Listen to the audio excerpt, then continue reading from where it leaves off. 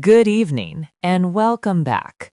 If you care about national security, military readiness, and whether America's top defense officials truly know the terrain they're responsible for, this hearing was one you could not ignore. Back. Chair, now recognize the gentleman from Virginia, Mr. Vindeman.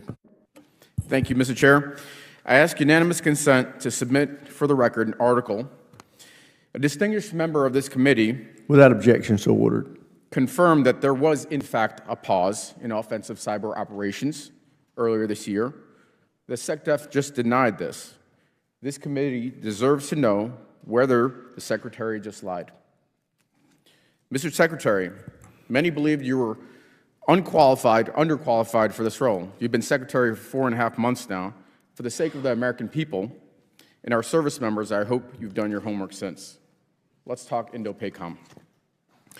What year has the Navy publicly set as the benchmark for being ready to fight a war with China?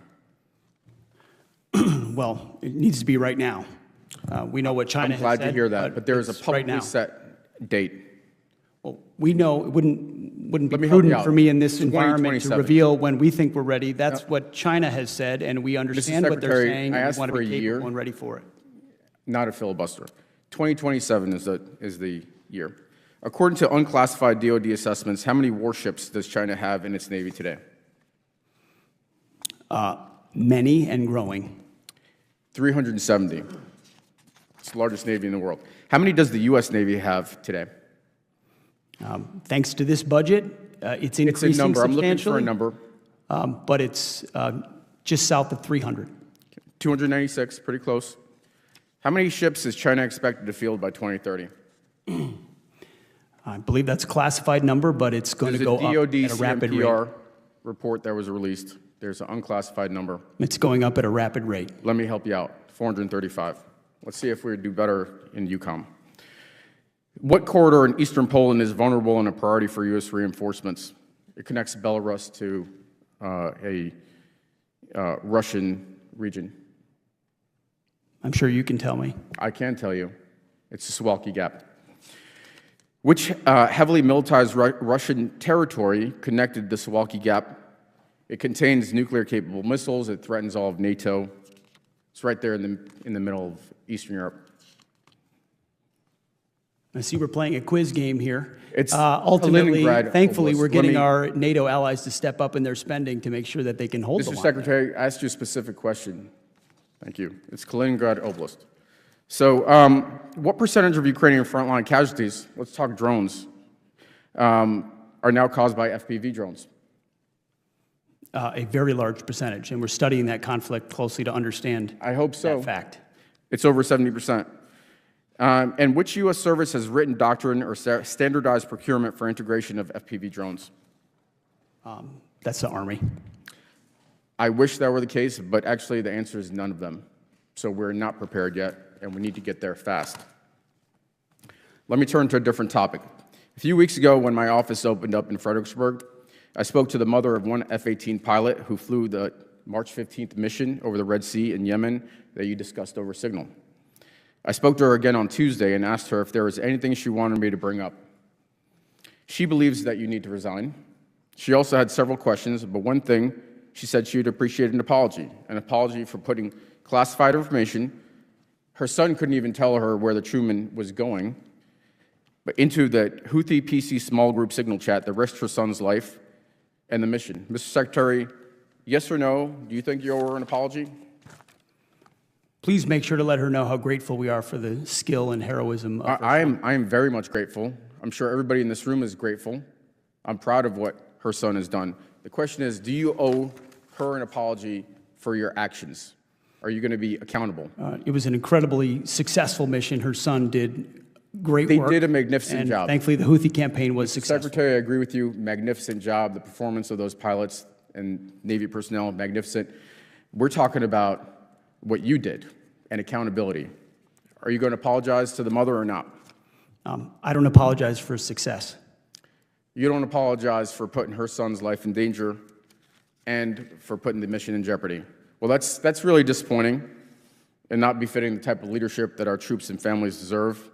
It's frankly a stunning lack of OPSEC. privates are trained to do much better than that. It was reckless. And it sounds like that accountability doesn't extend as far as the Secretary of Defense. So I think you should resign. The mother says she wants you gone. And with that, I yield back. Gentlemen. Tonight, we're breaking down a tense exchange involving Defense Secretary Pete Hegseth that left lawmakers visibly frustrated and raised serious questions about preparedness, credibility, and accountability.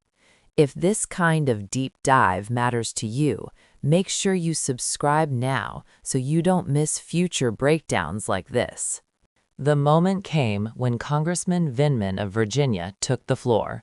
He didn't waste time with pleasantries. Right out of the gate, he requested unanimous consent to enter an article into the record, an article confirming that there had been a pause in U.S. offensive cyber operations earlier this year.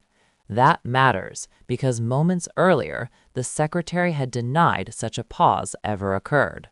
Vindman's implication was blunt and unsettling. If the article is accurate, then this committee and the American public need to know whether the Secretary of Defense just gave false testimony. Vindman reminded the room that many had questioned whether Pete Hegseth was qualified for the role when he was appointed. Now, 4.5 months into the job, this was no longer theoretical. If you value clear explanations of moments like this, hit subscribe. It helps keep this reporting going. The first major focus was the Indo-Pacific, specifically the looming challenge posed by China. Vindman asked a straightforward question. What year has the U.S. Navy publicly identified as its benchmark for being ready to fight a war with China? The Secretary responded that readiness needs to be immediate, right now. That sounds strong, but it did not answer the question. Vindman pressed again, pointing out that there is, in fact, a publicly stated year. The answer is 2027. That date is not arbitrary. It comes from unclassified Department of Defense assessments and reflects concerns that China could be militarily capable of attempting a move on Taiwan within that window.